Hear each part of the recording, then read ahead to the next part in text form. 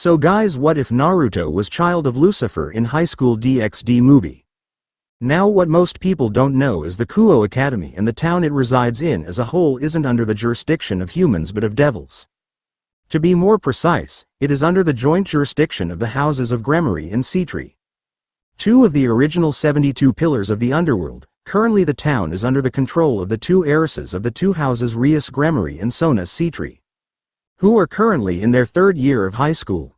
In order to complete their devil duties successfully, such as granting human wishes for a price or hunting stray devils, the two heiresses have been using clubs as a cover-up. Sona Seatree is the student body president with her peerage comprising the student council and is in charge of Kuo during the day, while Rias Gremory is the president of the Occult Research Club, ORC, which is located at the old school building, with its members being part of her peerage and is in charge of Kuo at night.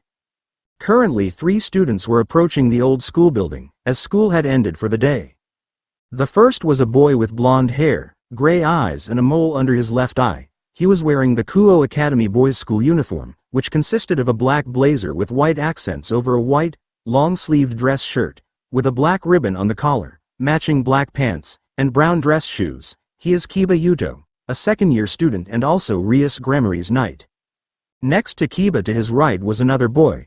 This one had short brown hair and light brown eyes. He was also wearing the Academy's school uniform, but it differs in the fact that he wears a red t-shirt underneath his open dress shirt and blazer, and wears blue and white sneakers in place of dress shoes. He is Issei Hyodo, also a second-year student and the only pawn of Rias Gremory, since his resurrection cost her all 8 of her pawn pieces. Right behind Issei was a girl with long blonde hair and green eyes. Her hair flowed all the way down to her back, with split bangs over her forehead and a single strand sticking out from the top, sloping backwards. She was wearing the Kuo Academy girls' school uniform, which consisted of a white long-sleeved, button-down shirt with vertical linings, a black ribbon on the collar. Instead of a black shoulder cape and matching button-down corset, she had a black sweater vest over her dress shirt, and a magenta skirt with white accents. This is Asia Argento. She is a second-year student and Rias Gremory's bishop. Buckus problem? Maybe it has something to do with the House of Gremory. Kiba told Issei while they were walking towards the clubroom located in the old school building. Issei met with Kiba while he was on his way to the clubroom along with Asia, so he asked Kiba about Rias' strange behavior, but it seems like Kiba also didn't know why she was acting that way. Akeno-san would know, right? Kiba nods at Issei's question. Akeno-san is Buckus' most trusted servant, so she obviously would know.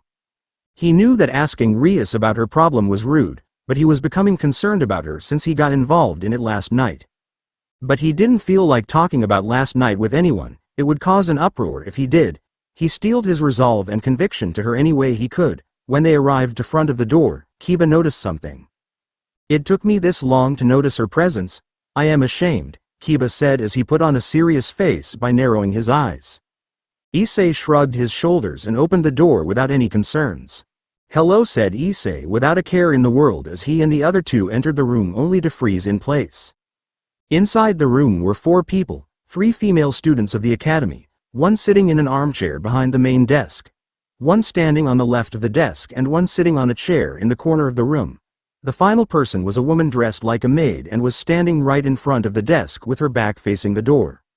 The girl sitting in the armchair behind the main desk had beautiful white skin, blue-green eyes and a buxom figure. Her most distinctive feature was her long beautiful crimson hair that reached down to her thighs, with a single hair strand sticking out from the top. Her hair also had loose bangs covering her forehead and side bangs framing her face. She was wearing the Kuo Academy uniform for girls, black shoulder cape button-down corset and everything, with brown dress shoes over white crew-length socks. She was Rias Gremory, third-year student in the academy, heir to the Gremory house and more importantly the king of the peerage in the room. The girl standing next to the desk had a buxom figure much like Rias, with her breasts being a little bigger. With very long black hair and violet eyes, her hair was tied in a long ponytail, reaching all the way down to her legs with 2 strands sticking out from the top and sloping backwards, with an orange ribbon keeping it in place. She, like Rias, was wearing the girls' school uniform with black knee-high socks.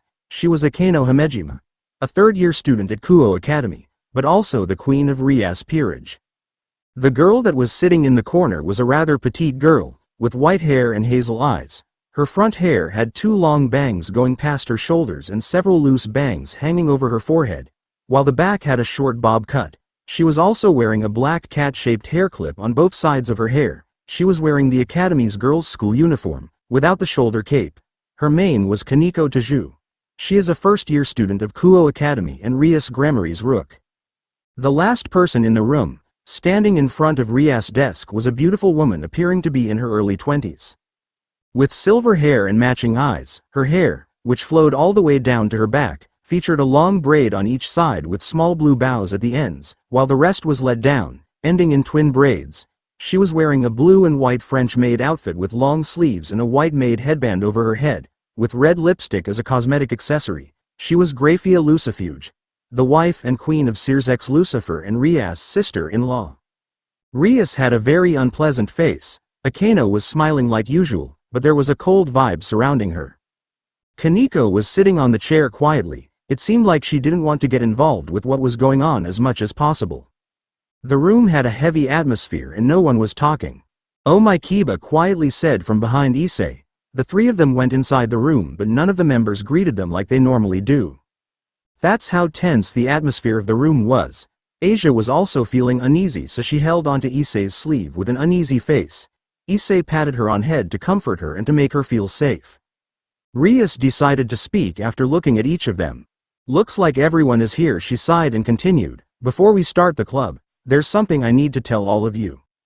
"Oju-sama, do you want me to explain the situation?" said Graphia while looking at Rias. Rias rejected Graphia's offer by waving her hand. The truth is, just as Rias was about to speak, the magic circle on the floor started glowing. Teleportation? But all of the people from Grammary Group are here. Is it a devil that serves the House of Grammary like Graphia-san coming? Thought Issei as everyone's attention was on the magic circle. Unfortunately, Issei's guess is way off, but this experience will help him realize how much knowledge about devils he lacks. The symbol of the Grammary that was drawn on the center of the magic circle changed into an unfamiliar pattern for the 2 new members of the club. "What is this? Isn't this the Grammary's magic circle?" thought Issei with a bit of panic as he looked at it. "Phoenix," said Kiba in a low voice, but was heard by Issei, who was standing close to him. "Phoenix? Then it isn't a Grammary," he thought, and wondered how someone not from the Grammary house could use the magic circle. Light shined through the room. Then suddenly flames came out from the magic circle, and the room was flowed with heat. The silhouette of a man appeared inside the flames. He swung his arm across to the side and the flames disappeared. "Phew, it's been a while since I came to the humans' world," the person that came from the magic circle said. He was a tall and handsome young man in his early 20s, with short blonde hair and dark blue eyes. His outfit consisted of a burgundy blazer with gold embroidery on the right with matching pants and black dress shoes. Underneath his open blazer was a white dress shirt that was not fully buttoned, giving a slight view to his chest. To Issei, he looked like those bad boy types that some girls went for. The man looked around the room, and then smirked after spotting Rias. "My lovely Rias, I came to see you," the man said with arrogance clear in his voice. My lovely Rias? This guy, what kind of relation does he have with Bucko?" thought Issei with shock after hearing what the blonde man said. Rias looked at him with her eyes half closed. It didn't seem like she was welcoming him, but he didn't seem to care and approached her. "Now then Rias, let's go and take a look at the ceremony hall. The date of the ceremony is decided, so we need to check it before then," he said as he grabbed Rias' arm. "Let go of me, Razor," Rias said with a deep and serious voice while shaking his hand off her. By the tone of her voice and her expression, Issei concluded that she was really pissed off. The guy, now identified as Razor, didn't seem to care about having his hand shook off and just smirked. His cocky attitude started to tick Issei off to the point where he stepped forward and faced him. "Hey you are being rude to Bucko. Actually, what's with that rude attitude towards a girl?" he said with a clear voice. Riser looked at him, and then started looking at Issei as if he was looking at some trash, pissing the boy off even more. Who are you?" he asked with a displeased tone in his voice. It was totally different from the sweet voice he had towards Rias. "NGGH, he's clearly looking down on me. I can feel his hatred towards me, but I will say what I have to," Issei thought while getting more and more frustrated. "I am the servant devil of Rias Grammary-sama. I am the pawn, Hyodo Issei," he said to him with pride in his voice. Okay, said Riser without really caring. Slip. Issei slipped after Riser's dull reaction. He felt kind of hurt for some reason by that uncaring reaction, like he wasn't even worth his notice. I mean, who the heck are you? Issei asked, frustrated by the way Riser dismissed him. The guy seemed a bit surprised by Issei's question. Oh, Rias, you haven't mentioned me to your servants? I mean, do these guys don't know who I am? Even if they are reincarnated devils, they should know. I didn't tell them because there was no need, said Rias harshly. Oh my, harsh like always, aren't you, my dear? Ha ha ha, he said and starts laughing. Then Graphia stepped forward and looked at Issei. Hyodo Issei-sama, she said with an emotionless voice, surprising Issei. Why yes? He asks with a stutter. This person is Razor Phoenix-sama. He's a pure-blood high-class devil, and the third son of the House of Phoenix. Graphia explains to him about Riser. Yeah, so he's a high-class devil from the House of Phoenix, so he holds a peerage then. Isn't Phoenix a legendary creature that appears in books and is said to be a fire bird or immortal bird? So there are things similar to it among the devils, thought Issei as he looked from Graphia back to Riser. So how does a guy like that related to Bucko? A friend? Or is he some childhood friend? He continued musing, trying to piece everything together. As if guessing what Issei was thinking, Riser looked back at him with a cocky smile on his face and decided to reveal his true relation with Rias. And I am also the future husband of the next heiress of the House of Gramarye. Riser finished Graphia's introduction of him with his cocky smile getting even bigger with anticipation of their reaction. Husband, the next heiress, he isn't talking about Bucko, right? Thought Issei as his face started losing color. I am engaged to Rias Gramarye, he finished with a triumphant tone on his voice as he stared at Issei with his cocky smile. Issei screamed because of the shocking revelation. This cocky bastard is his Buckus fiancé. This left Issei quite speechless, and Riser reveled in Issei's shock and denial. At that moment the sound of someone clearing her throat was heard, and everyone in the room looked at Graphia, who had her eyes closed and her left fist in front of her mouth. When she opened her eyes and saw that they were all giving her their attention, she spoke. Actually, Riser-sama, your engagement with Rias Ajo-sama may not be valid anymore due to certain circumstances, which is why this meeting was called, she said, and froze everyone in the room. Disbelief appeared on Riser's face while hope appeared on Rias. What are you talking about, Graphia? Asked Rias, in the hope that whatever circumstances they may be, it will help her end her engagement with Riser. A few days ago another, older marriage contract came into effect, she answered, shocking everyone in the room. Riser looked at her with a face that showed that he thought that this was some kind of joke. Rias was perplexed as she wasn't sure if this was a good thing since she didn't know the other who might marry her. For all she knew, he was worse than Riser. What were the circumstances that occurred? She asked calmly with the hope that she might escape both contracts. You can't be serious, Rias. You are marring me. We are ending this discussion right now. I do not know what that other contract might say, but no other family is greater than the Phoenix, said Riser with anger evident in his voice.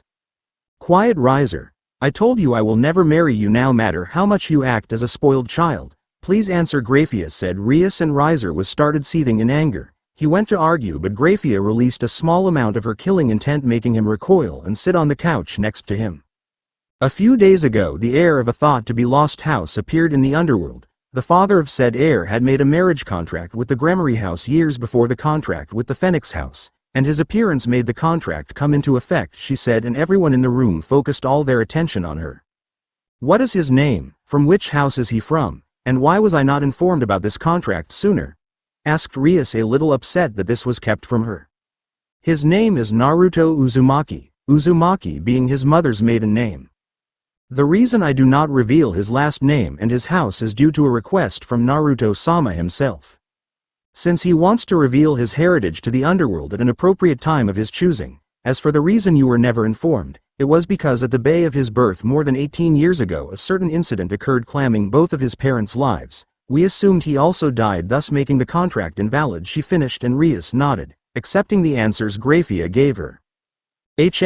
That sorry excuse of a devil probably died like the weakling that he most likely was, Riser began saying with his cocky attitude coming back. I bet he was so weak and pathetic that... Riser would have continued, but a massive amount of killing intent slammed on him, making him freeze in place. The others around the room also felt it, though not as strongly as Riser. making them sweat, and they all looked at Graphia as she was releasing it. Her usual stoic and emotionless face now had a look of anger and disapproval on it. Rias was shocked at what she was seeing. Graphia almost never showed any sort of emotion when she was on duty. For her to release this strong of a killing intent meant that Riser had insulted someone she respected greatly. "I would advise you not to insult someone like Minato-sama, Riser-sama," she said with a low and cold voice that sent shivers down their spine, her silver eyes looking straight into Riser's blue ones, and he felt like she was looking at his very soul. "Especially him, as you owe your very existence to him," she finished, surprising everyone there with what she said. "What do you mean by that?" asked Rias as Graphia calmed down, returning to her ever-stoic self. During the Civil War, the lords and ladies of the houses that were against the old Mao faction, which included the lords and ladies of the Gremory and Phoenix, had a secret meeting involving persuading some of the other houses to join against them. The old Mao faction somehow discovered it and sent an army of 1,000 high-class devils to eliminate them. They would have succeeded had it not been for Minato-sama informing the lords and intercepting the army, completely obliterating it. She answered Rias' question, shocking every individual in the room. "Wow, that guy was really strong," thought Issei with awe and a bit of fear. "Incredible," thought Kiba, astounded by the tale. "So you see, Riser-sama, if Minato-sama wasn't there, your parents would have died and you would never have existed." She finished, looking directly at Riser's eyes with her own cold silver ones. Riser said nothing and just gulped. "Wait a minute," said Rias, standing from her chair as she suddenly realized something. "Are you talking about the Black Hood?" she asked the maid while looking at her with a shocked expression. Everyone in the room was shocked, except for Issei and Asia, who had confused look on their faces, as Graphia nodded affirmatively. "Who?" Issei asked Kiba, how was closest to him. Kiba looked at Issei and answered while Asia paid attention to him. "The Black Hood is one of the greatest figures in underworld history, named as such due to him always wearing a hood and a black mask. He was one of the greatest heroes of the Civil War, earning for the new Mao faction a number of victories. It is also stated that he was the greatest spy the new Mao faction had, supplying them with valuable information that won us many victories, though no one knows his real identity, apart from the higher-ups. Still, he is a celebrated hero in the underworld. Heck, there is even a very popular cartoon based on him, though the main character's face is always covered in darkness," he answered, getting an odd look from Issei and Asia, who did not know about it. Graphia nodded at Kiba's explanation. "That is correct. He was also a close friend of the current 4 Mao," she said, and narrowed her eyes at Riser, who gulped again. "Even if he was a high-class devil hailing from the noble family of Phoenix, he wasn't powerful enough to take on the strongest queen." "I apologize for my previous words," he said, though it was clear that he did not mean them. Wanting to move the conversation along, Rias looked at Graphia. "So he, the Black Hood, made a marriage contract with my family?" she asked, and the maid nodded. "Yes. Minato-sama made a marriage contract for his firstborn child with the House of Gremory over 38 years ago. The first agreement which made the contract go into effect is that the age difference of the heir and the child of Gremory of the opposite gender, to be at most 10 years, and since he is 18 that agreement has passed, thus the activation of the contract," she explained to Rias.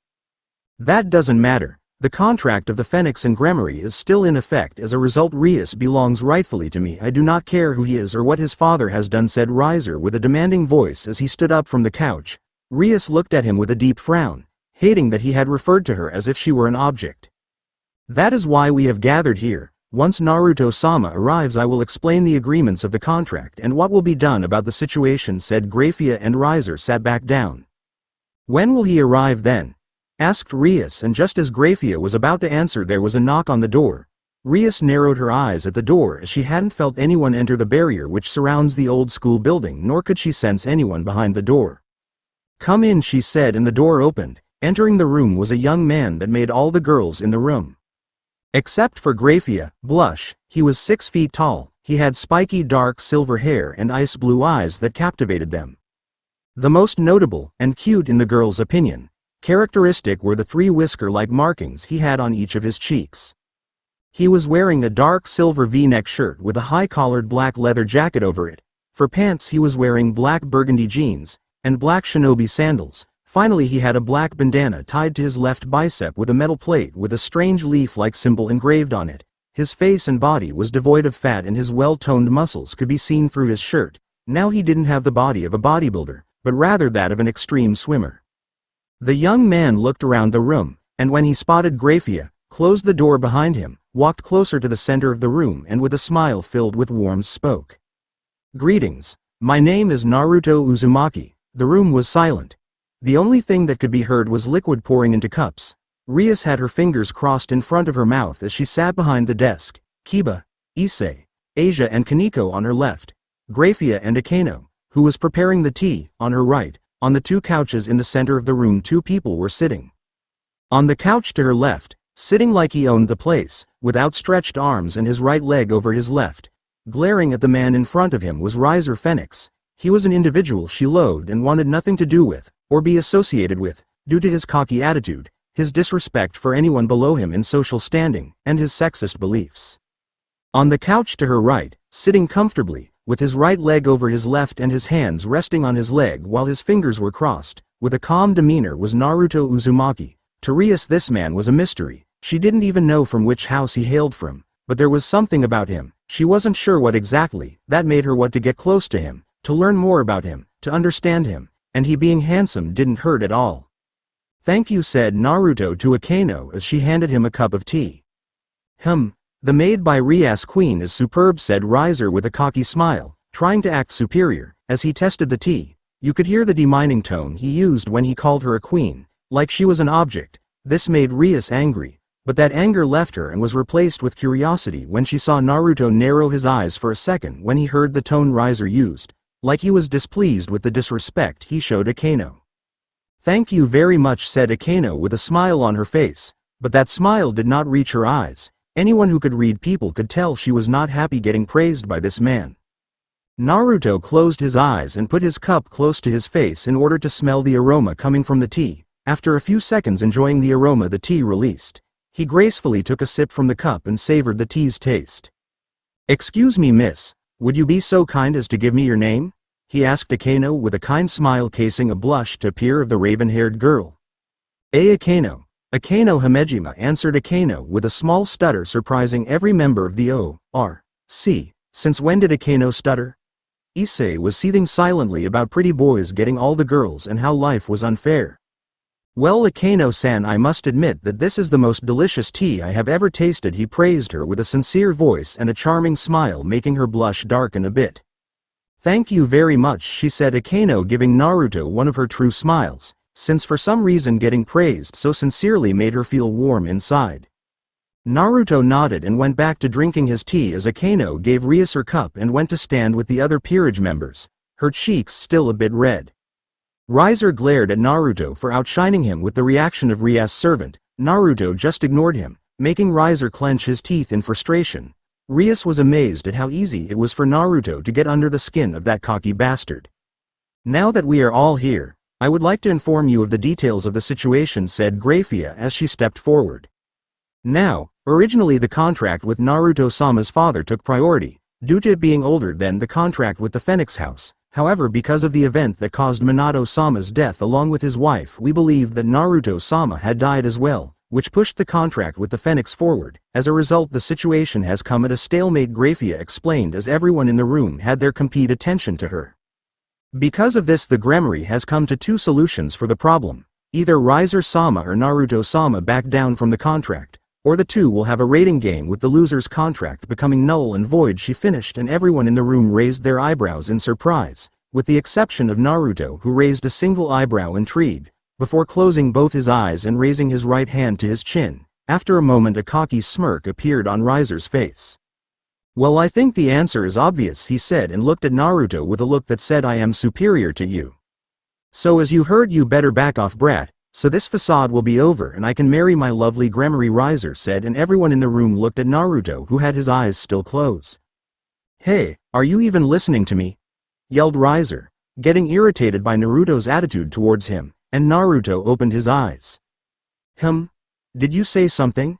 he asked, and everyone in the room looked at him dumbfounded, until Issei started laughing, followed by the rest of Rias Peerage, her included. And although Grafia did not laugh, her lips twitched upwards and her eyes showed her amusement. Riser did not find it funny at all and stood up, rage evident in his face as he started to release his demonic power accompanied by his killing intent. Then flames appeared around Riser, increasing the temperature of the room as a result. As the occupants of the room felt Riser's power, they each had different reactions. Asia fell to her knees due to the pressure.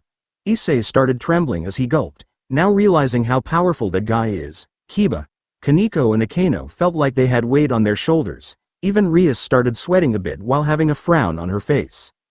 As they all looked at Naruto, they were surprised to find him staring at Riser straight into his eyes, not affected by the display of power at all. The way Naruto was staring into Riser's eyes unnerved him. There was no hesitation, no fear, no surprise at the amount of power he had. It was as if he was staring at his very soul. Riser did not like this at all.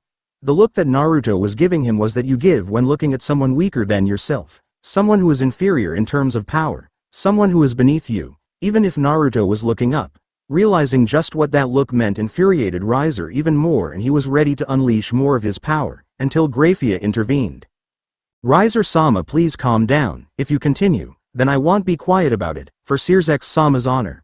I won't hold back. Razor made a serious face after hearing Graphia's quiet and intense voice, showing that he is in fact scared of her. He calmed the flames around his body and sighed while he shook his head. To be told that by the strongest queen, even I would be scared. I definitely wouldn't want to fight the people from Sirzex-sama's group, which is known to be made up of monsters, he said as he sat back down with a frown on his face. Now due to protocol I have to ask Riser-sama, Naruto-sama, do either of you wish to back down? Graphia asked as she looked at the two of them. Of course not. There is no way that I will pass the chance to marry and possess the Gremory heiress, said Riser, with his eyes closed and his hands slightly above his head making a U form, as if it was the best compliment a girl would ever want to hear. Rias glared at him, and frowns appeared on the faces of her peerage, for talking about her as if she were an object. Naruto's eyes narrowed to dangerous levels. For those who knew him, that was an alarm, as he looked at Riser with a disgusted look on his face, though Riser did not see it as he has his eyes closed. Naruto-sama? Graphia asked as she looked at the silver-haired young man. Naruto closed his eyes for a few seconds, before looking at the silver-haired maid. Before I answer that, I would like to ask a few questions if it's all right, he said, and Graphia nodded. Getting a positive response, Naruto looked at Riser. My first question is for you, Riser, he started as he looked at Riser straight into his eyes with the same intensity as before. Riser, for some reason, felt cold sweat running on the back of his neck, but nodded. Do you love Rias? His question surprised the occupants of the room. Rias was especially shocked. Didn't political marriages center on the desire for more political pull? Marriage contracts almost never put weight on the feelings of the ones mentioned in the contract, so why would he ask such a question? Riser snorted at the question. Of course I love her, she is beautiful and the heiress of the Gremory, he answered as his cocky face became even cockier, if that was even possible. What about you, don't you love her? Riser smirked, thinking he can turn Rias against Naruto, since in his opinion saying that you don't love a girl was the best way to turn her against you. I do not know enough about her to answer that question, he answered, confusing Riser as well as the rest of the people in the room. She is beautiful and an heiress to a powerful house. What else is there to know? Asked Riser with another cocky smile, thinking that he gave another great compliment. Everyone on Rias Peerage glared at Riser, with the exception of Asia, who was too kind to glare. She frowned, with Rias clenching her teeth in anger. Even Graphia had a displeased look on her face, though it was barely visible. What else is there to know? How about her favorite color or what she likes to eat most? What are her hopes and dreams? What are her fears? Is she strong, courageous, outgoing, fun, loving, understanding? Or is she mean, cruel, sadistic, heartless, uncaring, cowardly? Without knowing all that, how can you say you love her? Just how shallow is the definition of love for you? Let me clarify something. I do not care who Rias the heiress is. What I do care is who Rias the person is, Naruto answered while looking at Riser with his cold soul-seeing stare. Rias was beyond shocked. She always wanted someone to see her as herself and not just as the heiress of the Gremory. Don't get her wrong, she was proud to be the heiress of her house, but she also wanted someone to see her as more than that, to see the true Rias, the one that was hiding behind the mask of the heiress. The members of her peerage were also surprised by his statement, Issei especially, since he thought that Naruto was a cocky bastard like Riser. Graphia had a small smile on her face, and if you looked close enough you would see pride displaying in her eyes. Pride of the fact that Naruto had the mindset of his father, a mindset that went against what his house originally believed. You dare call me shallow? Me? The third son of the House of Phoenix?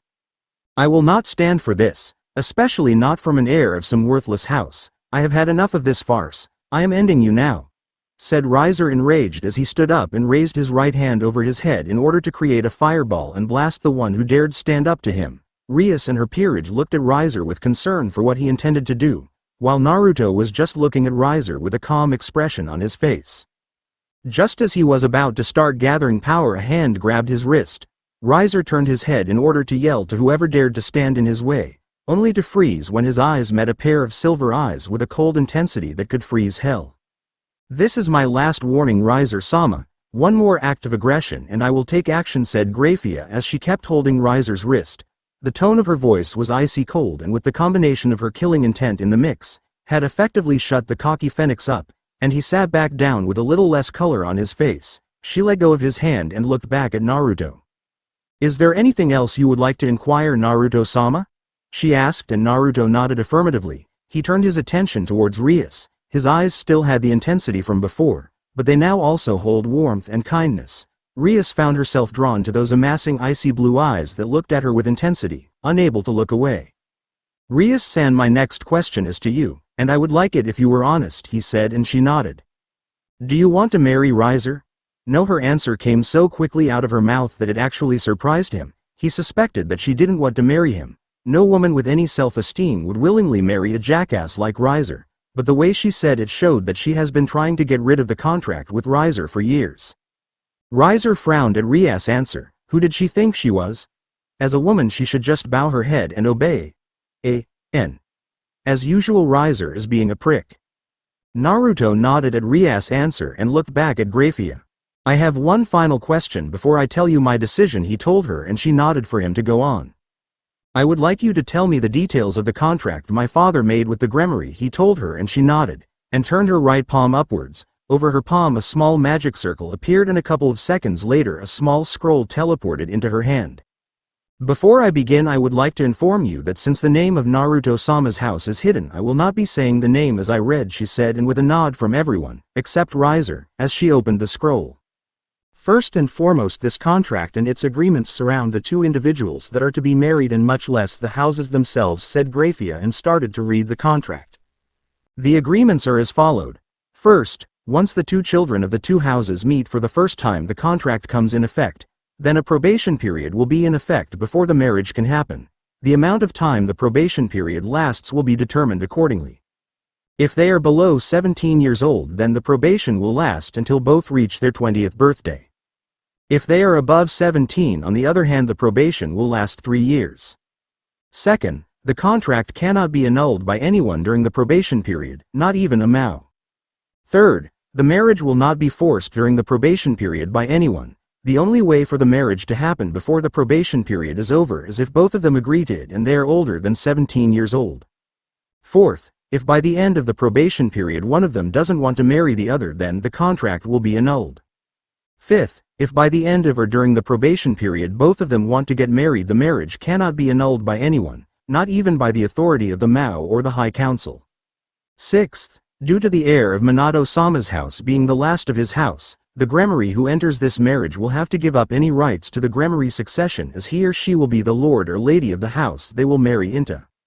Seventh, if the heir of Minato-sama's house is male, the daughter of the Gremory will have to agree on him having a harem of at least 2 women, due to the laws of the underworld. Those are the agreements of the marriage contract, and it is signed by Minato-sama, Searsex, Lucifer-sama, and Lord Gremory, finished Graphia as she rolled the scroll and looked at the occupants of the room. Rias was stunned. She could annul the marriage the second the probation period was over if she did not want to marry Naruto. And no one could force her to marry him. That alone made this contract much more appealing than the one she had with Riser. Plus, if she did want to marry him, no one could force the annulment of the contract in order to force her into another one. And although she was proud to be the heiress of the Gremory, she did not mind giving the title to her nephew. After all, the title of Lady of a House was higher in standing to the title of heiress, especially if the house itself was of high standing itself, and she suspected, due to all the secrecy, that it was. The only true difference will be that her words and actions will reflect more upon Naruto and his house than the Gremory. Lastly, for a devil to have a harem wasn't all that uncommon. Heck, her own father had one with her mother managing it, so she didn't have a problem with that. Her peerage was surprised by the contents of the contract, as they realized that it was very beneficial for Rias, with the exception of Issei who was crying, muttering lucky to have a harem by law while staring at silver-haired young man. Guess Jiraiya was right. My father was a romantic, since he gave both me and Rias a way out of the contract, not to mention that by the time we annulled the contract we would both be at least 20, which would officially make me the lord of my house and Rias would be old enough that no one could force us into another contract without our consent, said Naruto with a small smile while having his eyes closed. Everyone in the room, with the exception of Grafia, widened their eyes in shock at what he said, and Rias knew now that she really preferred the contract with Naruto than that with Riser. Riser was seething at the look Rias was giving the silver-haired bastard, a look that all but said that she preferred the contract with him, Naruto, instead of a phoenix like him, Riser. So Naruto-sama, will you be backing down on the contract? Asked Grafia, and looked at him as he opened his eyes to look right into her eyes. No, I will not. The only reason I considered it was because I did not know if I could annul the marriage on the chance me and Rias don't mix well as a couple, he answered, and Grafia nodded. In that case, a rating game will take place in order to decide which marriage contract will continue and which will be annulled, she said, and a cocky smirk appeared on Riser's face yet again. Seriously, is the cocky face his default or something? Wondered Naruto as he looked at Riser, who was about to open his mouth to blabber again. Well, this will be an easy victory, said Riser and clicked his fingers, causing the magic circle on the floor to glow. The magic circle had the same emblem of Phoenix that Riser appeared from. Then shadows appeared from the magic circle, 15 shadows to be exact. Issei was staring, speechless, at the 15 girls that had appeared as Riser showed that he had a full 15-member peerage. Well, these are my cute servants, he said with the ever-present cocky smile. We have already competed in official rating games, so there is no way that an upstart like you could beat us. He directed his attention to Naruto as he said that annoying smile never leaving his face. Naruto looked at Riser's peerage with a calculative eye that in all honesty unnerved the peerage of the Phoenix. I see, said Naruto as he closed his eyes. Riser perked up hearing his words, his smile growing. Oh, do you now see that it is futile to go against me now? He said with a victorious look on his face, thinking he had already won. No, what I see is that you prefer quantity and outer appearance instead of quality and actual ability. His words enraged Riser and hit his peerage's pride. I mean, look at them, with the exception of your queen, and a couple of your main pieces, they seem completely untrained. I bet that those twins will be helpless without their chainsaws, he said as he looked at the lowly twins. Huh, you may preach that my peerage is not trained enough, but I at least have mine. Where is yours? Oh wait, I doubt that you even have a single piece, let alone an entire peerage, right? Said Riser and waited for Naruto to confirm his statement. No, I have a foul peerage as well, he said, shocking Riser. Oh yay, well, where are they? He asked, trying to call, in his opinion, his bluff. They have other duties, plus I don't see the reason for me to revile my hand to you like you did, he said with a small smile. The statement shocked Riser, only for his shock to turn to anger, but before he could speak again a young girl from his peerage stepped forward. Oni-sama, what is going on? Didn't you say that we were coming here in order to convince Rias-san to marry you? Why are we even tacking to this peasant? Asked the girl. She had dark blue eyes and long blonde hair that was tied into twintails with large, drill-like curls, and blue ribbons keeping them in place. She was wearing a light purple dress with dark purple accents and a blue bow at the front. Riser explained to her what was going on, and she looked at Naruto differently now that she knew that he was an heir. Still, he badmouthed her Oni-sama's peerage, a peerage of the House of Phoenix, and he had to be put in his place. I am Raven Phoenix, fourth child of the Phoenix House and Oni-sama's bishop, she said as she looked at Naruto, and although she would not admit it, she found him very handsome. I do not know from which family you are from, but no one badmouths the Phoenix and gets away with it, she said with an act of superiority, which disappeared once Naruto looked at her straight into her eyes, both unnerving her and enchanting her with his icy blue eyes. I am sorry if what I said sounded like an insult to your house, but I was talking about Riser specifically. Now we have dragged this for far too long, and I am sure we all have other things to do, so why don't we speed things up? He asked and looked at Grafia. The maid nodded and stepped forward. Very well, since both parties refused to back down, as I mentioned before, a rating game will decide the outcome. The rating game will take place in 10 days from now at midnight. Is that acceptable to both of you? Both Naruto and Riser nodded. What about the rules of the game? Asked Naruto, and Grafia looked at him. You will informed about the rules before the game starts. I will arrive at your residence 5 minutes before the game starts in order to take you to the battlefield, she answered, and Naruto nodded as he stood up. Very well, then I will see you all in 10 days, Graphia-san, Rias-san, Revel-san, he said as he made a small bow to each of the 3 women and disappeared in a flash of yellow light, stunning everyone in the room. Break. Naruto appeared into a room at his basement with a flash of yellow after he used the Hiraishin. This specific room was made for teleportation purposes, so all it had was the magic circle in the center of the room and a Hiraishin seal at the wall facing the door. Yo chief, how did the talks go? Said a voice, and Naruto looked towards the door. There, leaning at the wall next to the door, smoking a cigarette, was a tall man with brown eyes, short, black spiky hair, and beard. He was wearing the standard Konoha ninja uniform with the sleeves rolled up half the way, flak jacket, regular shinobi sandals and forehead protector. He also wore a sash that had the kanji for fire marked on it around his waist, a pair of black bangles and bandages wrapped around the arms of his sleeves. This was Asuma Sarutobi, ex-Jonin of Konoha and Naruto's knight. Asuma was the first to join Naruto's Peerage. After his confrontation and death in the hands of Hidan and Kakuzu, Naruto had managed to save his body, as he arrived right after Hidan finished his ritual. After obliterating the zombie duo, Naruto decided to turn Asuma into his first piece and thus gave him a second chance in life. The reincarnation of Asuma to a devil led to Naruto acquiring another piece. After they returned to the village and Naruto explained how it was possible for Asuma to be alive, Kurenai asked if she could be turned into a devil as well in order to be with the man she loved. Naruto accepted, and turned Kurenai into his bishop. N. Kurenai is not pregnant in this FIC. Hey Asuma, it was interesting. I will explain the details when we are with the others. For now, know that in 10 days we will be participating in our first rating game. This surprised Asuma. He did not expect them to participate in a rating game until after Naruto reached the age that he was considered a foully matured devil, but nodded nonetheless. So anything interesting happened while I was gone? Naruto asked his knight as he approached him. Not really. The Rokudame Hokage has sent us a report saying that the elemental nations are in stable peace, even with you gone. Seems quite a few bonds of camaraderie were forged during the Fourth Shinobi War, so even without you, the man who single-handedly defeated Madara and Kagaya and brought the peace they now have there aren't any problems. Also the Biju say hi. Asuma finished. Naruto smiled at the news. When he decided to leave the dimension of the elemental nations, some were afraid that without him there the peace that was created when he ended the war and released the Biju would crumble. Speaking of the Biju, Naruto really missed those 9 beasts.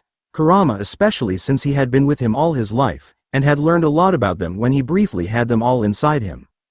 As a result of having all of the Biju inside him, even for a short time, he obtained 3 more Kekkei Genkai, Yoton, Lava Release, Jishin, Magnet Release, and Futon, Boil Release, giving him a total of 5 if you include the 2 he had obtained from his mother's side of the family. Even if his mother only awakened the Uzumaki chains, which were unlocked when the seal that had those 2 Kekkei Genkai and his devil powers locked was released on its own on his 14th birthday, after he had left with Jiraiya. Well, he said 5, but it could be counted as 6, as the final form of one of 2 he inherited from his mother's blood had been always seen as a different Kekkei Genkai. You know, I am still amazed that Kakashi agreed to become the 6th Hokage, him being a lazy pervert and all, Naruto said with a small smile, and Asuma nodded in agreement, mimicking Naruto's smile. Anything else? He asked his knight, and Asuma nodded. Yes. Kushina-sama called to remind you to call her and tell her how the tax about the marriage contract went. A gentle smile appeared on Naruto's face when he heard his mother's name. A few minutes after Naruto and his peerage first appeared in the underworld. A few days ago, Kushina Uzumaki appeared from a bright light and hugged Naruto while tears fell from her eyes. It turned out that Kushina's maternal grandmother is a goddess of great power. And as she came from the pantheon that had complete jurisdiction over the dimension of the elemental nations, she was able to take the souls of Kushina and Kushina's mother from the afterlife of the elemental nations and make them goddesses as well. Though Kushina was not allowed to go back to the elemental nations dimension, the revelation of who his great-grandmother was answered the question as to why he was able to obtain the full power of one of his Kekkei Genkai without having to pay the heavy price that usually was required, as well as the few changed to his devil heritage. I see, I will call her later. Now where is everyone else? He asked as he slowly approached the door. Well, most of them, except for the two you told to wait for you inside the training room, are in the training zones training the last 3 members of the peerage, replied Asuma, as he followed his king outside the room.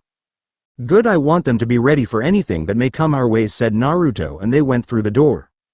Once Asuma closed the door behind them, they found themselves inside a hall stretching to their sides. At the end of the hall to their right was a flight of spiral stairs that went both up and down. Next to the stairs to the right was an elevator door. On the other end of the hall was a single wooden door, same as the door which they passed through and the door that they were facing. This was the first basement floor of Naruto's estate. What exactly are you expecting to happen that has you so worked up? Asked Asuma as they approached the door in front of them. Naruto stopped and turned to face Asuma. When we arrived to the underworld, I still had 3 pieces, a mutated rook, a knight and the queen. He started and the knight nodded. For the next 3 days I gambled with 1 random teleportation jump each day. And for each one I met the perfect candidate for one of my remaining pieces.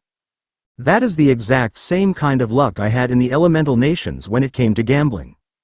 With the side effect of nearly all the missions I went on were of higher rank than what we thought they were, so if my luck in this world is the same, then I will most likely have the same luck on assignments and any situations we drag ourselves in. That is why I want all of the members of my peerage ready for anything, he explained to Asuma, who had a look that said that although he never thought about it, it made sense, and nodded in acceptance of the answer. Naruto then turned back at the door, opened it, and entered along with Asuma. The room that they entered was painted white and had 6 glass domes on top of 6 pedestals that rose up to their waist. One was in the center of the room, and inside the dome was a miniature grand palace made out of marble. The other 5 made a semicircle around the central one, and each of the 5 domes was connected to the central one with a tube. Each of those 5 domes had the model of a different environment. Looking at them from right to left, the environment representation was a rocky wasteland, a mountain with thunderstorms, a sea with a few small islands, a canyon that allowed for the existence of heavy winds, and finally an active volcano. These 6 domes were Naruto's greatest success in his effort to combine Fuinjutsu and devil runes. Each of these 6 domes was an autonomous mini-dimension that could be used for training and relaxation. He named them training zones. Apart from being autonomous mini-dimension, they had 2 more main factions. First is the ability to change the gravitational pull of each of the zones, thus allowing you to train yourself in harsher conditions. The second function is the time difference between the mini-dimensions and the real world. While in all the zones time flowed the same, it much faster than the real world. 1 hour in the real world equaled to 24 hours inside the zones. For example, if you spanned a full month inside the zones, only 30 hours would pass in the real world. An idea taken from Negima Magister Negi Magi do not own. Due to these domes, his team had a bit less than 8 months to prepare for their raiding game with Riser.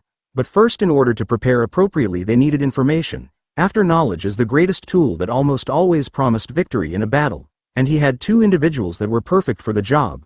Looking to his left, he saw the 2 he was looking for waiting for him near the wall. The first person was a fairly tall man, standing at 6'3", well 6'5" if you count his Geta sandals.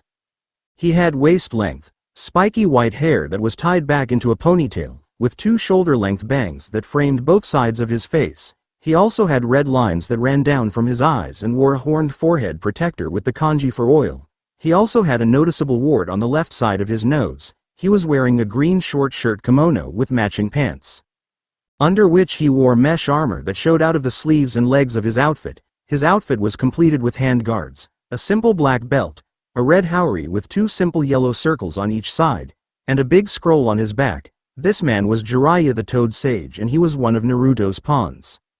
When Jiraiya was dying after pain befitted him, the toads were able to reverse summon him to Mount Myoboku, where Naruto was at the time for sage training. Due to his respect for the man, he decided to ask him as he died if he wanted him to reincarnate him.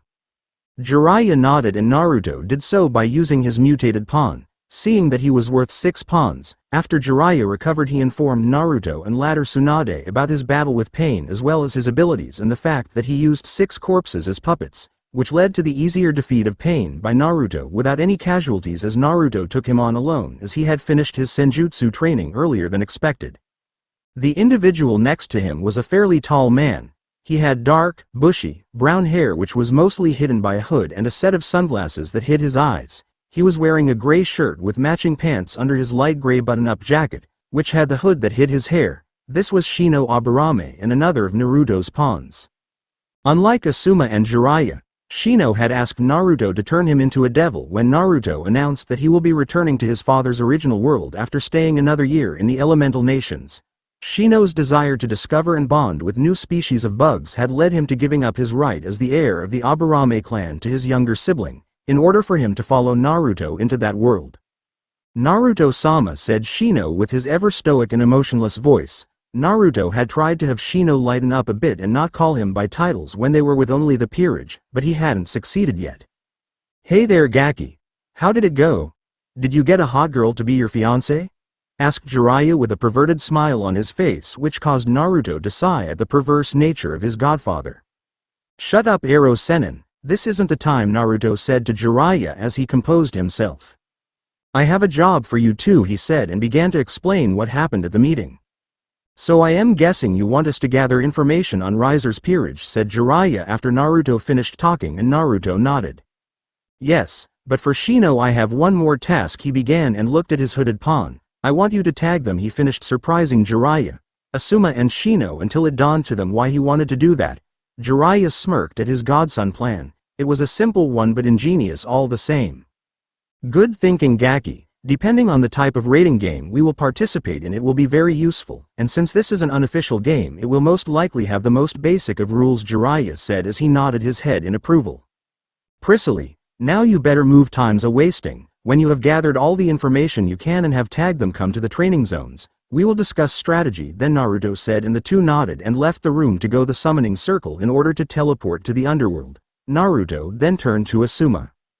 "Go and help your fellow knight. I will come once if finished calling Ka-san," he said, and Asuma nodded, approached the dome in the center and put his hand on it. A bright light surrounded Asuma before he disappeared, and Naruto left the room in order to call his mother.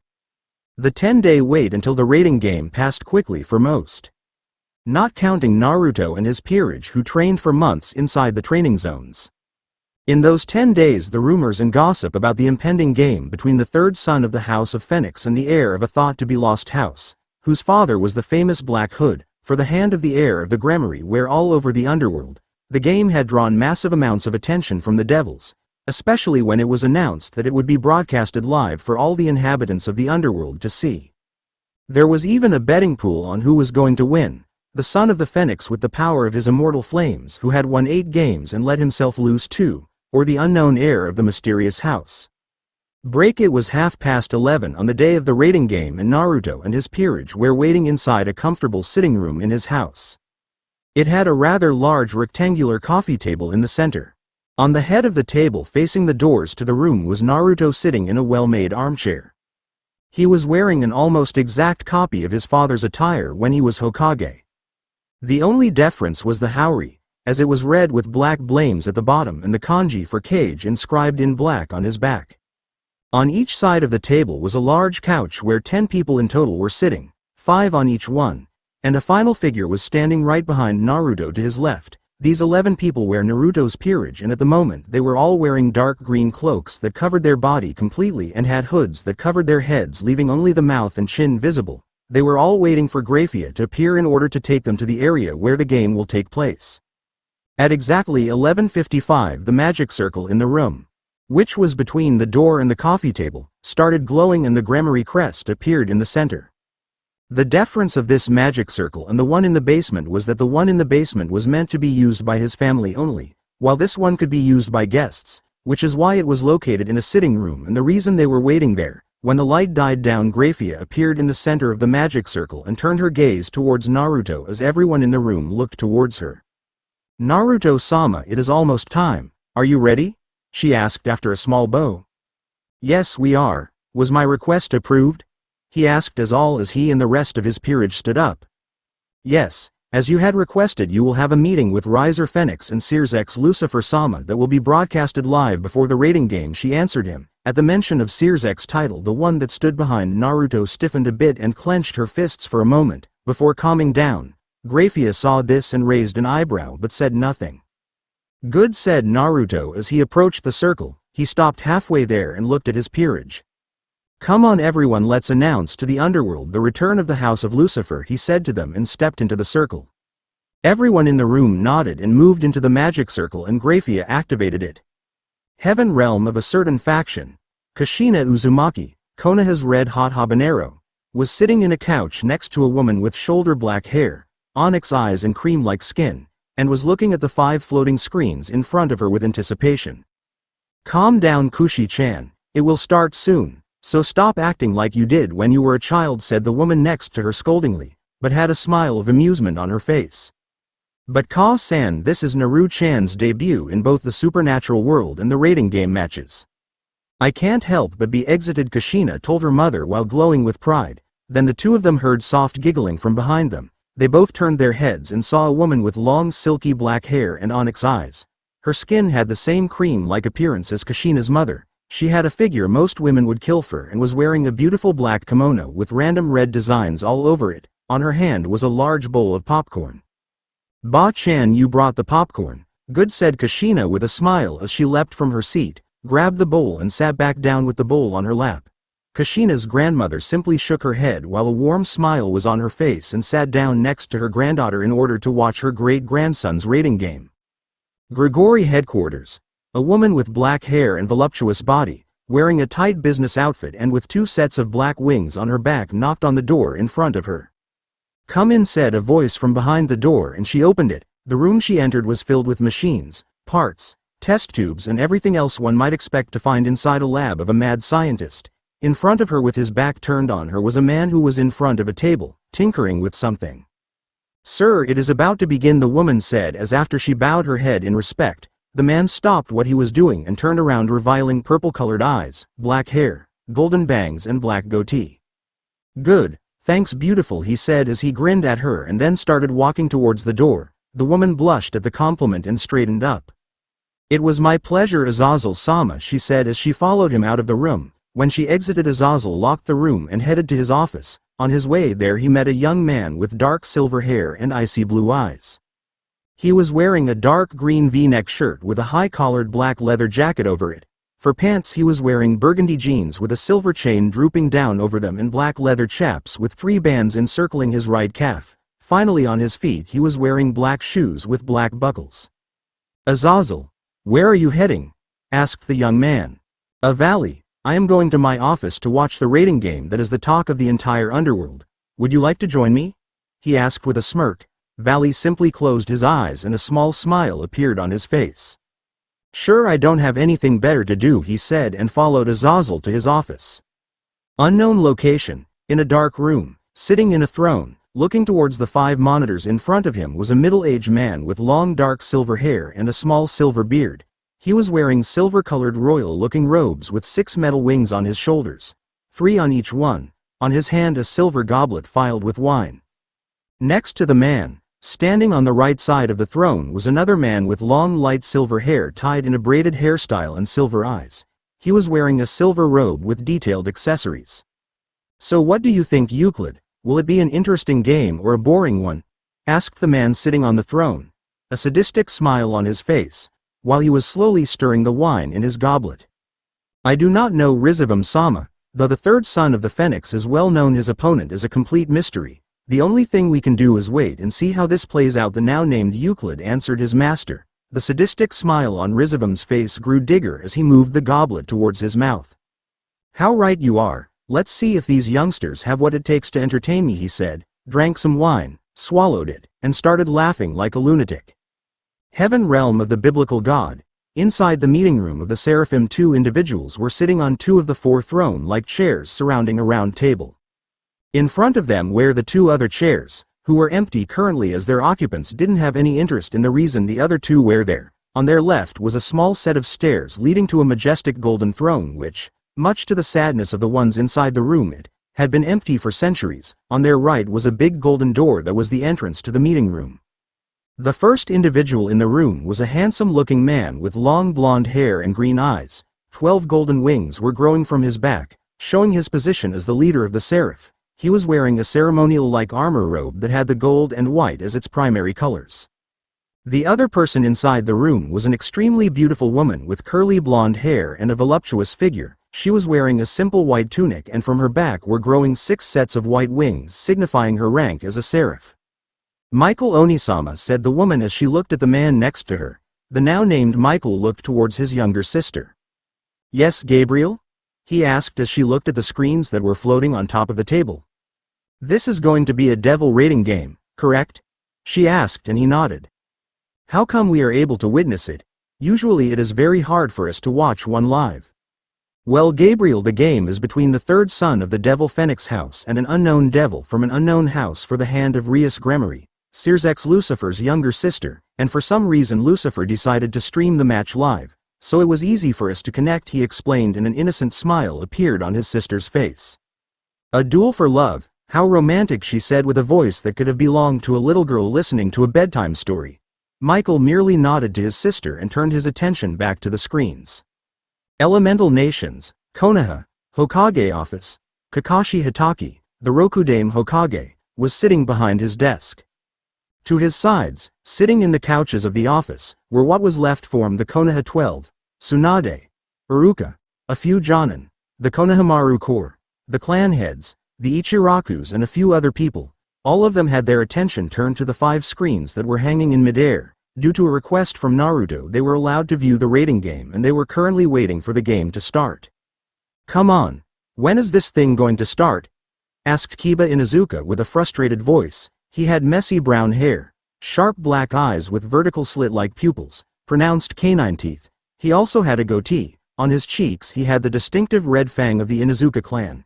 He was wearing the new standard flak jacket underneath an open fur coat, and black fingerless gloves. He was also wearing gray pants reaching his calves and sandals. The last movie appearance. Relax, pup, it will start soon, have some patience, Sume Inuzuka. The matriarch of the Inuzuka clan told her son. She had long, spiky, untamed brown hair, vertical slit-like pupils, elongated canine teeth and nails. Like her son, she had her clan fang markings on her cheeks as well as markings over her eyes and a dark shade of purple lipstick. She was wearing the standard outfit of a Konoha shinobi consisting of the new standard issue flak jacket and a black suit underneath with the sleeves rolled up and bandages around her legs. Troublesome is what this is, said a certain Nara as he looked at the screens with his eyes half closed.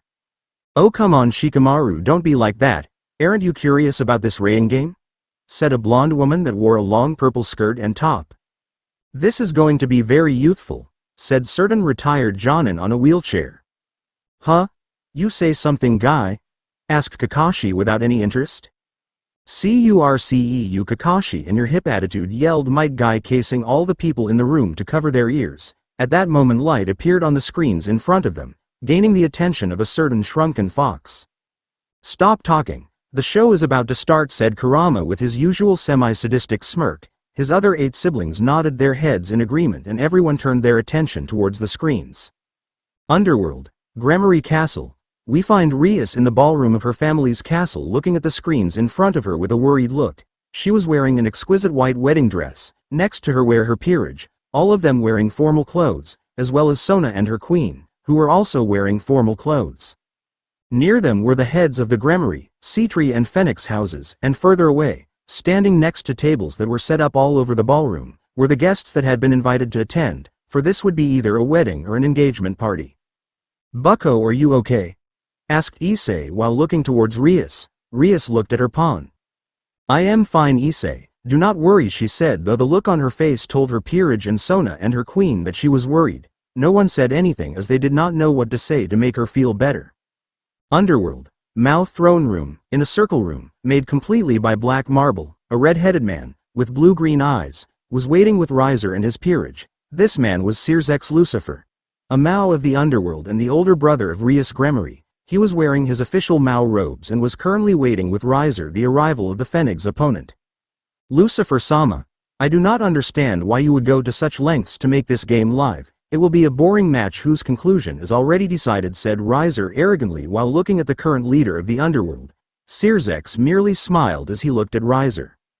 Now Riser-san, there is no need for you to be frustrated, just relax, he won't be long now, the previous Gremory said with a relaxed smile. Riser simply snorted and turned his attention back to his peerage. A few minutes later a red magic circle appeared and out of it came Graphia with Naruto and his peerage. Naruto approached the center of the room where Searsx and Riser were. Hello Searsx-san. I hope I am not late, he said and stopped in front of Sirzex. Not at all, Naruto-san. You are just in time, said the Mao with a smile. Naruto smiled lightly and nodded his head. The smile then dropped as he turned and looked towards Riser, and saw the blonde phoenix getting angry due to the fact that he was ignored up until now. Anyway, now that we are all here we can begin, said Sirzex, his pleasant smile still on his face. About time we started this farce. Let's see what you can do, you low-class filth, said Riser with a smug look on his face. Naruto's expression remained void of any emotion, but inwardly he was really looking forward to removing the smug look from the bastard's face. Sirzex looked at Riser with a small hint of annoyance, but he covered it well. Then, pretending that he just remembered something, he turned towards Naruto. Oh, that is right. Naruto-san, you did not fully introduce yourself to him on your previous meeting, he said. Naruto looked at Sirzex. He understood that the red-headed Mao was giving him the go-on to more or less shock the entirety of the underworld and anyone else that might be watching that did not know about his heritage. Ah yes, how rude of me, Naruto said and looked back at Riser. Allow me to properly introduce myself. My full name is Naruto Uzumaki Lucifer, he said, and at that moment 8 devil wings came out of his back. But they were not black like the normal wings of a devil, they were golden, son of Minato Lucifer, also known as the Black Hood, who was the first grandchild of the original Lucifer, and I am the true heir of the house of Lucifer, he finished and raised his left hand to show a ring that was on his middle finger. The ring was a signet ring made of pure gold. The inside of the signet area of the ring was a ruby that had carved on it the sigil of the house of Lucifer. Heaven realm of a certain faction.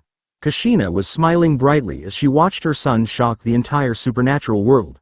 Her mother was shaking her head as if to show her displeasure that her grandson was causing trouble, but the small smile on her face told otherwise. At the same time, Kushina's grandmother was giggling at the actions of her great-grandson.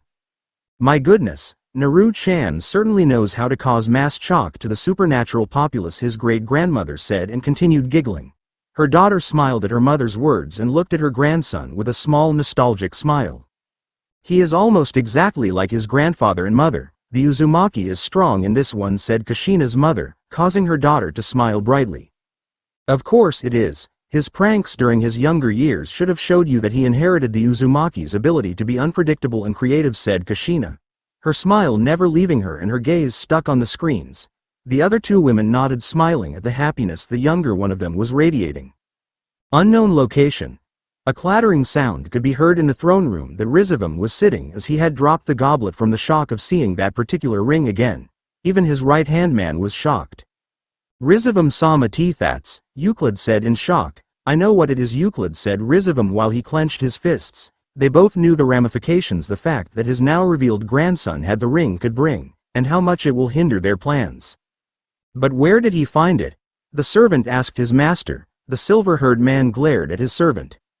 How the hell should I know?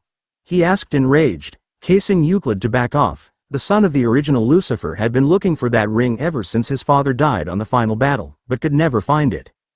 Grigori headquarters. Valley was shocked at the proclamation Naruto made. While Azazel was laughing his ass off, getting over his shock, Valley looked at leader of the fallen angels with an annoyed look.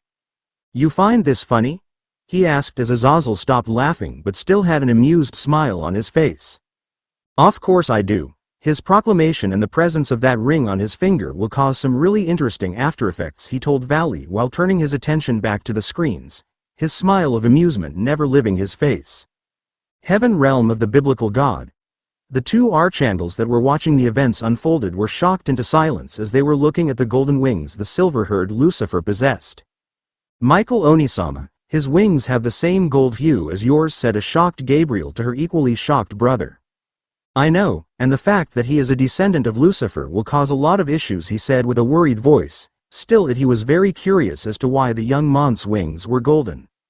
Underworld, Gremory Castle. Silence covered the entire ballroom of the Gremory Castle at the young Lucifer's reveal. The shock of the older generation was even greater when Naruto showed the ring. Is that what I think it is? One of the guests asked with shock evident on his voice, as he said that murmurs about the silver-haired heir started coming to life. A man that was next to him answered with an equal shocked expression. It is. I could never forget the sight of the original Lucifer's signet ring. But it was thought to be destroyed when the original Lucifer died. Where could he have found it? Another man asked as he entered their conversation. I do not know, but what I do know is that the appearance of an actual descendant of the first Lucifer that has in his possession that ring will cause a lot of noise, the first man said, and the others around him nodded. Rias and the younger generation of devils was downright shocked, though they did not understand the significance of the ring. The fact that Naruto was the heir of the Lucifer house left them speechless. Rias herself could not utter a single word, though her mind was racing at all the outcomes that could happen if Naruto won the rating game. If she ended marring him, she would become Lady Lucifer. The title alone held a ridiculous amount of prestige. In fact, it was leagues above the title of Lady Gremory that her mother had. Don't get her wrong, she wanted to marry someone that she loved, but in the end she was a devil, so it was inevitable that she would unconsciously think of what she would gain from her marriage with Naruto. Well, this is a surprise, said Akano as she got over her shock. Ilse, said Kiba, also getting out of his shocked state, though he still had his eyes wide. Sugoi, this guy is bigger than I first thought, said Issei, still shocked of this revelation. Even he understood who the original Lucifer was and why this was a big deal. Still, started Sona and looked towards the murmuring crowd of adults. It appears that the fact that he has that ring on his finger is deemed a more important fact for the older generation, she finished. The rest of them looked towards the crowd of older devils and realized she was right. That's right, the younger generation was not told about the importance of that ring, said a voice on their side. They looked to their left and saw Lord Gremory with the rest of the lords and ladies of the Gremory, Citri and Phoenix houses. What do you mean, Tusama? Asked Rias, and her father simply looked back towards the screen. Let's just say that the appearance of that ring in the finger of a descendant of the original Lucifer will cause some interesting effects. If they will be for good or ill remains to be seen, he said with a serious expression. This did not answer their question about the ring, but they decided to move their attention back to the screen. Their questions could be answered afterwards. Underworld, Mao throne room. Sirzex was surprised that Naruto had that ring, as he did not know he had it. As a result, he ignored the shocked Riser and his peerage and looked at Naruto with surprise and interest. My Naruto-san, where did you find that ring? He asked, curious if the silver head would answer, and because he was genuinely curious, Naruto simply smiled as he looked towards Sirzex. My father had it, and he made sure that even if he died that it would come to my possession on my 14th birthday, along with a letter informing me of everything I would need to know about it, he answered the redhead. This was a half-truth. It was true that Minato made sure that the ring would end up in his possession by storing it inside the seal that kept his powers sealed away. But it did not come with a letter. No, his father did something better. He sealed a good chunk of his power and consciousness inside the seal for his devil powers. As a result, after the seal broke on his 14th birthday, Minato had enough power to stay with his son for a month. On that month after his birthday, Naruto was not trained by Jiraiya but by Minato. During the day he trained him on his demonic and other powers, and during the night when his body rested he would train him inside his mindscape on politics, strategy, etiquette and everything else he would need as the heir and future lord of the House of Lucifer. I see, but I have to ask, where did Minato acquire the ring? Asked Sirzex while putting his hand under his chin while he looked at Naruto, Riser still forgotten.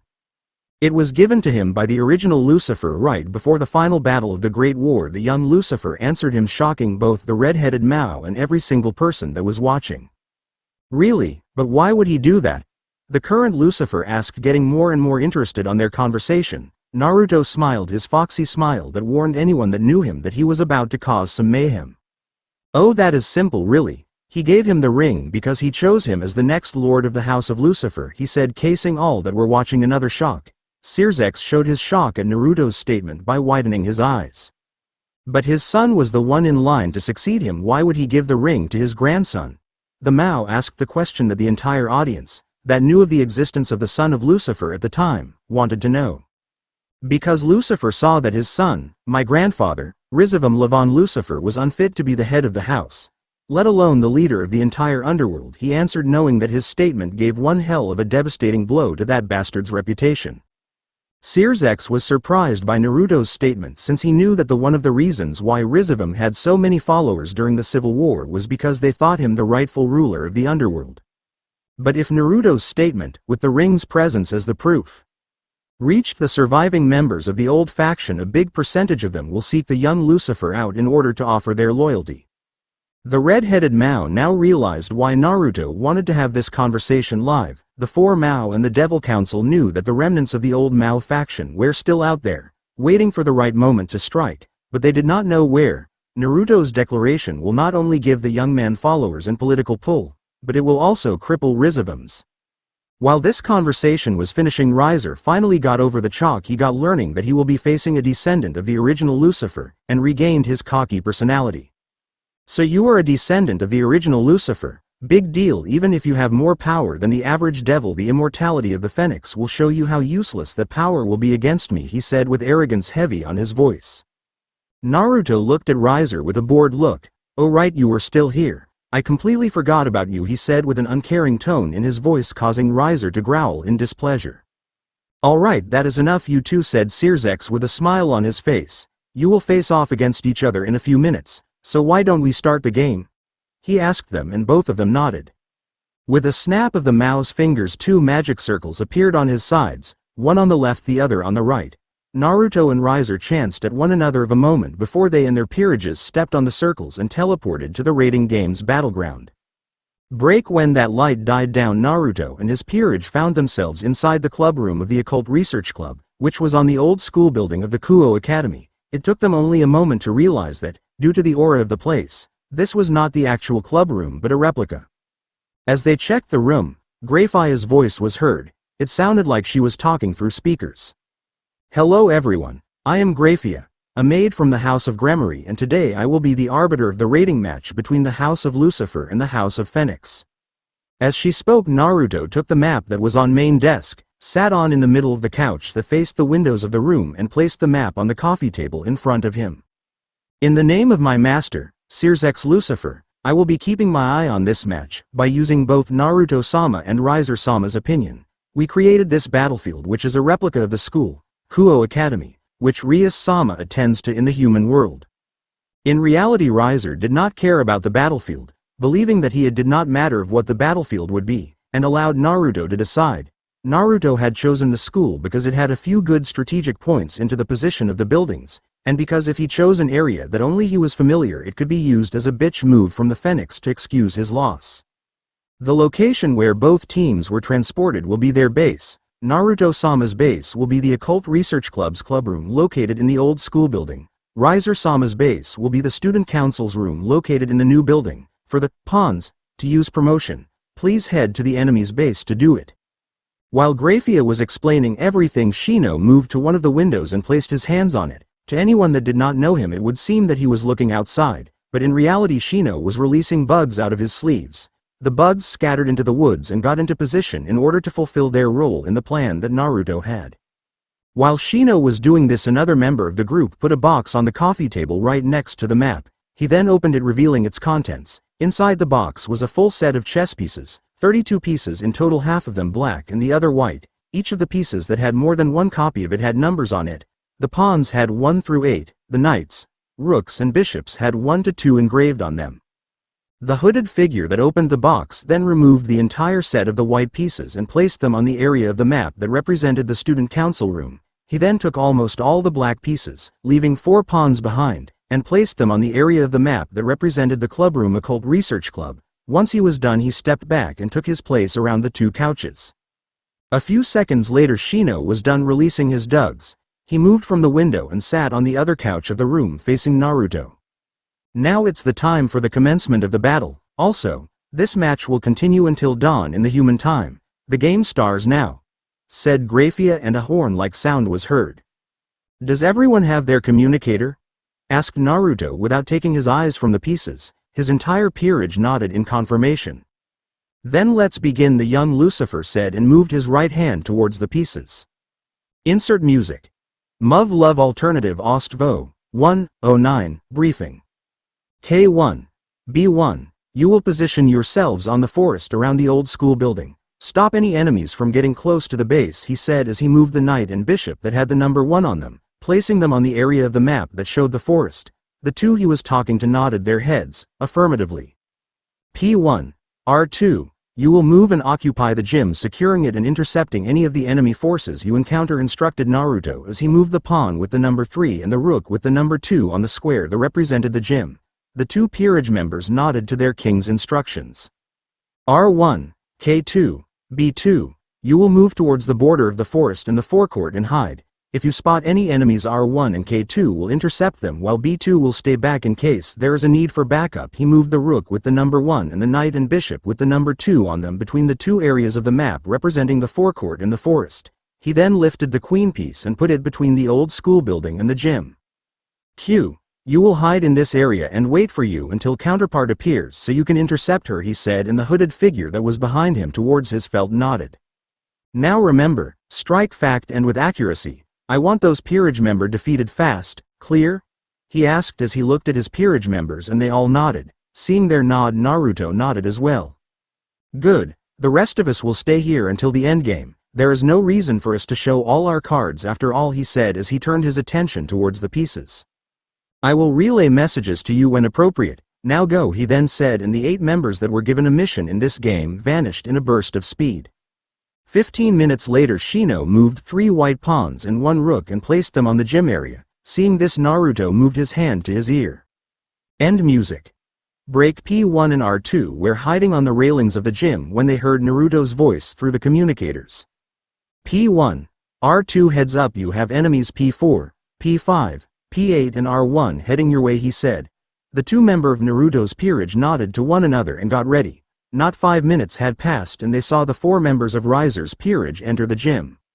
Looks like we are first to arrive here, said the taller woman of the 4. She was a well-endowed young woman of Chinese descent with shoulder-length black hair and blue-green eyes. Her hair had 2 Chinese-style buns on both sides of her head, while the front features bangs that form a slight V-shape across her forehead. She was wearing a navy blue kippah with gold accents, a white sash around her stomach, and black, low-heeled shoes. Come on, we must hurry and enter enemy territory in order to promote, said one of the other girls. She was a young girl with blue hair and light brown eyes. Her hair was styled with 4 short ponytails, with 2 of the 4 pointed up and the remaining 2 pointed down. The front of her hair featured spit bangs going across her forehead, with side bangs framing her face. Her outfit consisted of a white haori with a red obi, which she wore under a red happy coat. On her forearms and shins she had bandages and black guards over her hands. On her feet she was wearing a pair of zori. Oh, you worry too much, Mira, said one of the 2 remaining members of the 4. Yay, it's not like they can defeat us anyway, said the other one. The 2 were a couple of very young twins with turquoise hair, which they kept tied to one side of their head with yellow ribbons, and blue eyes. Both of them were wearing gym uniforms, which consisted of white t-shirts with blue accents, black leggings, and blue sneakers over knee-high socks. They were carrying gym bags, one was colored blue and the other red. They are right, Mira, you worry too much, said the first girl. I will have to disagree. She seems to worry just enough, they heard a voice say, and they looked forward. There on the stage of the gym were 2 clocked figures facing them. The Chinese girl smirked and put one of her hands on her hips. Look what we have here. 2 lost peerage members. Well, since we are here we might as well introduce ourselves. I am Shuilin, rook. I am Mira, pawn, said the blue-haired girl with a smirk. I am Nell, a pawn, said the twin with the red bag, while saluting. I am also a pawn, Il, said the other twin, while she also saluted. The 2 clocked figures looked at one another for a few seconds before nodding to one another. And with a single motion of their hands removed their cloaks, revealing their appearance. The first one was a young man with fair skin, long black hair and white irises with no visible pupils. The second one was a young woman with long, knee-length silver hair and deep red cat-like pupils, and she also has pronounced fangs coming out of her mouth. Both of them were wearing the standard Konoha Jonin attire, which consisted of a Konoha flak jacket, dark blue pants and a long sleeve shirt. On top of this they were wearing ninja-issued chestplate armor. A.N. Check Jiraiya, Tsunade and Orochimaru during the 2 Shinobi World War. Since you introduced yourselves, it is only right that we introduce ourselves as well. I am Neji Hyuga, Naruto-sama's pawn, said Neji as he looked at the 4 in front of him with a stoic face. Neji was reincarnated by Naruto as his pawn after he shielded his friend during the 4th Shinobi War. Due to the fact that Neji died before he was reincarnated, he no longer had the cagebird seal on his forehead, and if Neji was honest with himself, he was glad that Naruto had given him a new chance in life. And I am Mocha Akashiya, Naruto-kun's rook, said the silver-haired beauty while showing them her fangs a bit. Mocha was the second person that Naruto added to his peerage that wasn't from the elemental nations. On his second random teleportation jump he stumbled upon Mocha while she was being attacked by vampires from an enemy clan of hers. Though Mocha was strong, they were too many and they had managed to corner her. Naruto, seeing this, was greatly angered. Due to his negative emotion sensing, which was a parting gift from Kurama, he was able to feel the negativity from the attacking vampires, and decided to help her. The power which he showed when he obliterated them left Mocha shocked and aroused, especially when came close to her. His scent made her dizzy with longing that she almost fainted. When he caught her, she followed her instincts, and bit him, thus becoming addicted to his blood. Mocha's father, Issa, though grateful to him for saving her, did not want his daughter to become Naruto's rook and challenged Naruto to a duel which he, Issa, lost spectacularly. After his loss, Issa did a 180 and allowed Mocha to become Naruto's rook, and when they left hinted that he wanted grandkids, which made both Naruto and Mocha blush and Issa laugh at their faces. "Do you really think that you could beat us? We are Riser-sama's pieces, we would never lose," said Shueilin with a smug look on her face. Neji ignored her, angering her in the process, and looked at Mocha. "Take care of the rook while I take on the pawns," he said to Mocha. "Hi, Senpai," she said, and jumped to the stage and started to move to the side of the gym. Riser's rook following her. Neji turned his attention to the 3 pawns in front of him and also jumped to the stage and landed in front of them, and crossed his arms in front of his chest. "What could you possibly do on your own?" started saying Eel as she and her sister unzipped their bags. "When you were up against the 3 of us," finished Nell as she and her sister revealed their chainsaws, turning them on. Mira did not say anything, but her confident smirk showed that she believed they could beat him. Neji kept his stoic expression and did not move or say anything. He simply stared at them. His gaze unnerved them, making them uncomfortable. "What are you staring at, you weirdo?" yelled Nell, since she could not take any more of his expression, and charged at him head first while swinging her chainsaw. The second before the chainsaw reached Neji, he sidestepped and hit Nell on her side with a palm thrust. The result was Nell crying out in pain as she skidded to the side. The other 2 were surprised by the speed and precision with which Neji avoided Nell's attack and got ready to attack him as well. Neji was back to his original position and looked back at them. "Nell, are you okay?" asked Eel, her sister. She nodded while holding her right ribs and glaring at Neji. "That bastard, he will pay for that," said Nell with venom in her voice. "Eel, Nell, we best attack together. Surround him," said Mira, getting her staff ready. The other 2 girls nodded to her words and all 3 of them surrounded Neji, creating an imaginary triangle. Mira in front of him, Nell to his left and Eel to his right. "You might be more skilled than we originally gave you credit for, but how are you going to withstand all 3 of us?" asked Mira, and the 3 pawns of Riser charged at Neji. Weapons raised, and they attacked him, hopping to overpower him. Just as they were getting close to him, Neji decided that it was time for him to end this farce of a fight and started to spin rapidly. "Kaden," he said, and used the Hyuga clan's ultimate defense. He did not have to do this in order to defeat the 3. But Naruto wanted to show this world that they are not to be messed with. The 3 guild were not able to stop their attacks, with the result of their weapons colliding with the dome and shattering into a million pieces, before they themselves crashed on it before they were repelled to the walls of the gym. Their crash with the walls picking up dust, hiding them from view. A minute later, the dust cloud disperses, revealing the barely conscious pawns of Riser. "How?" asked Mira as she looked at Neji, struggling to stay conscious. Neji didn't say anything as she and the other 2 pawns were covered by a blue light. 3 of Riser-sama's pawns have retired, Graphia announced after they were teleported away. With Mocha and Shueilin, while the 3 paws surrounded Neji. Shueilin glanced to her left as she watched her 3 fellow Peerage members surround their opponent, before turning her attention back at Mocha with a cocky smirk.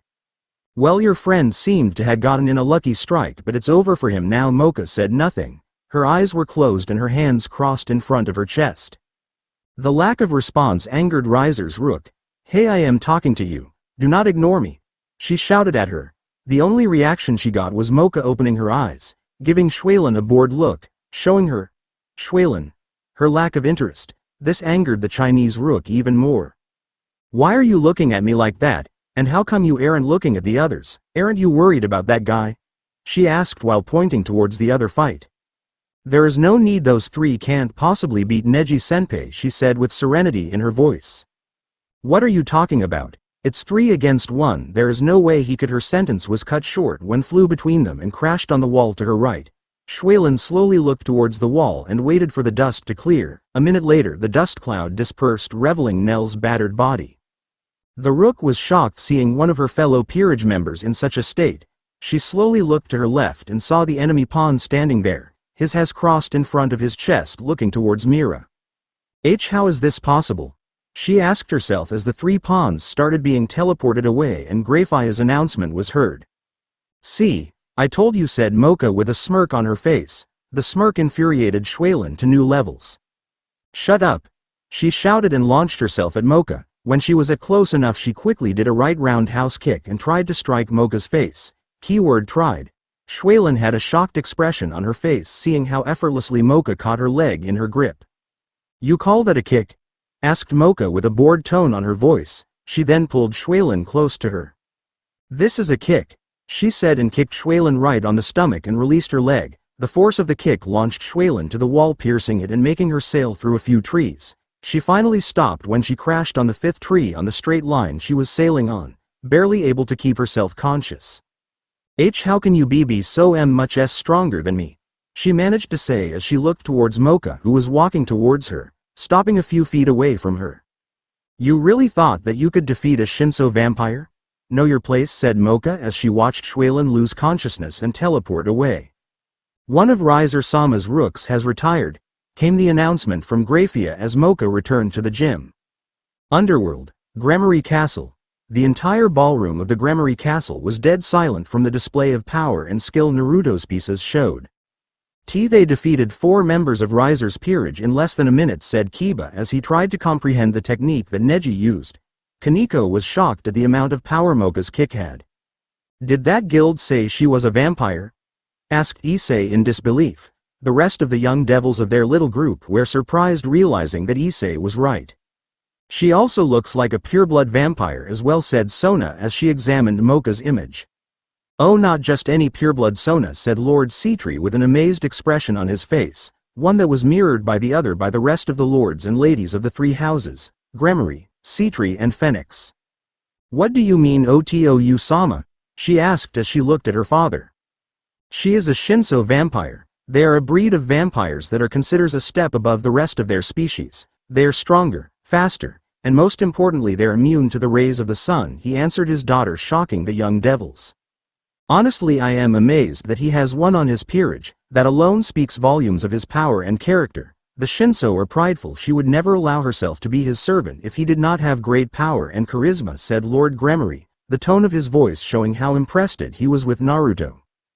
Just then they heard a large explosion from the screens. They turned their attention back at the game and saw that the gym was covered by smoke created by a large explosion. The screens then looked upward and showed Yubaluna hovering over the gym with her staff pointing towards the gym with a cocky smirk on her face. Thanks for watching.